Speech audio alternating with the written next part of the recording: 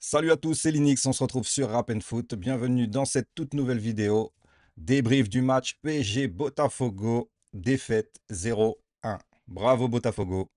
On va commencer par ça tout simplement. Donc voilà, c'est parti. Débrief du match sous petits yeux, car j'ai été parmi ceux qui se sont levés cette nuit pour regarder cette horreur.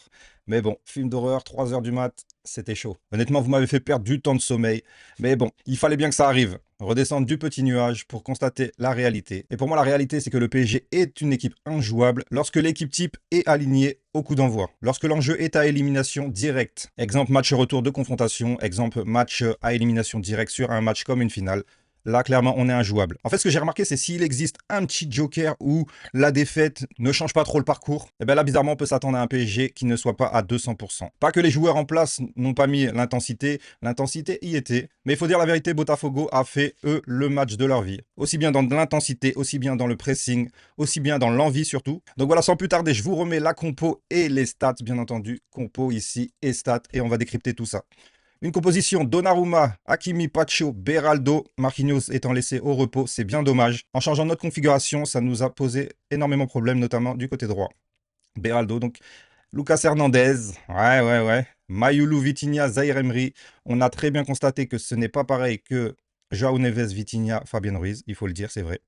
En attaque, Doué, Ramos et Kvaratskhelia. Un Ramos transparent fantomatique. Et c'est bien pour ça que le faire partir cet été sera une priorité pour moi. Doué a tenté avec quelques gestes à la brésilienne. J'ai l'impression qu'il a surtout voulu briller pour lui-même là. Sur ce match-là, je ne l'ai pas trouvé très collectif. Kvaratskhelia a été le leader d'attaque sur ce match. Il a quand même tenté pas mal de fois, des belles frappes, notamment à la 2e minute. Le goal qu'il a détourné en corner. Mais dans l'ensemble, ça a été très peu. On peut le constater tout simplement aux notes du match.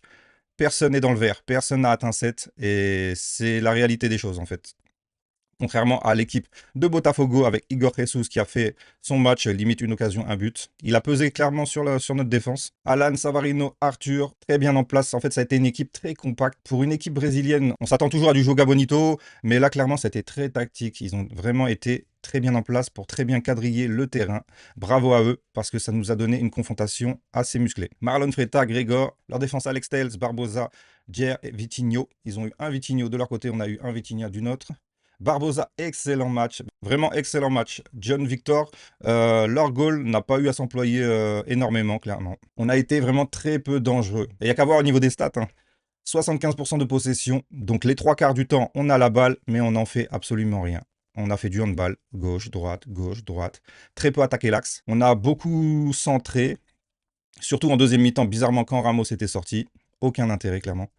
16 tirs, mais très peu dangereux. La preuve, 2 cadrés. En tout cas, on n'a pas reconnu notre PSG champion d'Europe. On a quand même vu la différence avec... Luis Enrique a complètement pété un câble pour faire 4 changements directs à la 55e. On a quand même vu un autre visage, avec les entrées de Fabien Ruiz, Nuno Mendes, Barcola et Joao Neves à la 55e, les 4 en même temps. Et c'est clair que ça a fait la différence, notamment sur l'emprise, sur la volonté de vouloir faire quelque chose sur ce match, parce que c'est très rare qu'on sort d'un match déjà en ne mettant aucun but. On a une force d'attaque normalement qui nous permet de marquer à chaque match.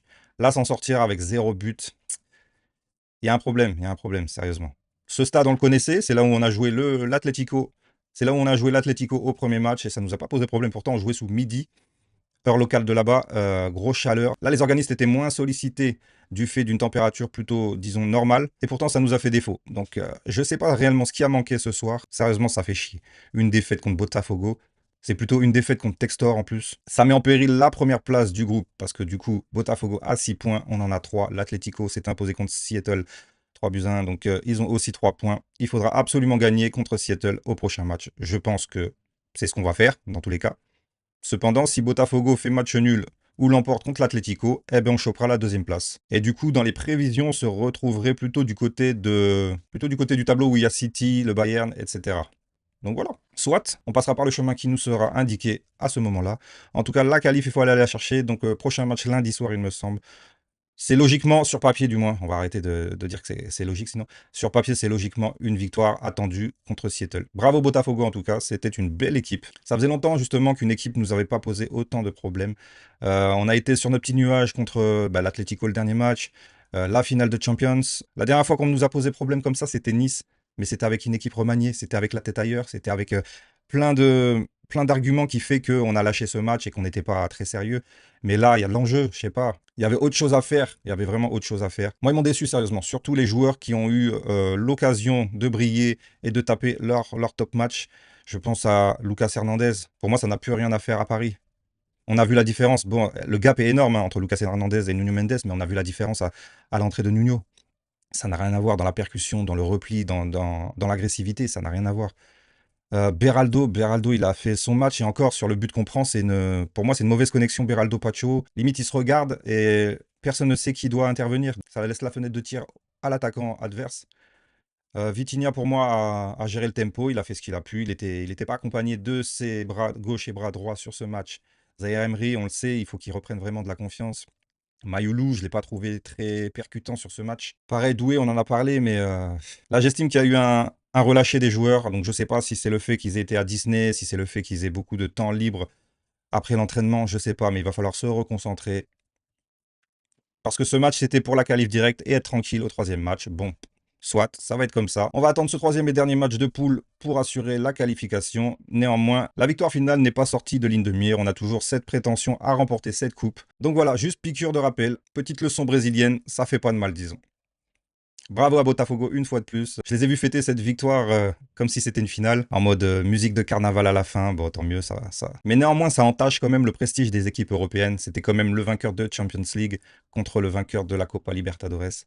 Donc voilà, sur un match, tout est possible. Sur ce, continuons de suivre notre PSG, de les encourager et de les féliciter, même en cas de défaite. Ça fait partie de l'histoire, c'est normal. Aucune équipe ne sort indemne, aucune équipe n'enchaîne les clean sheets en illimité, etc., etc., etc. On est toujours là pour Paris. Allez Paris.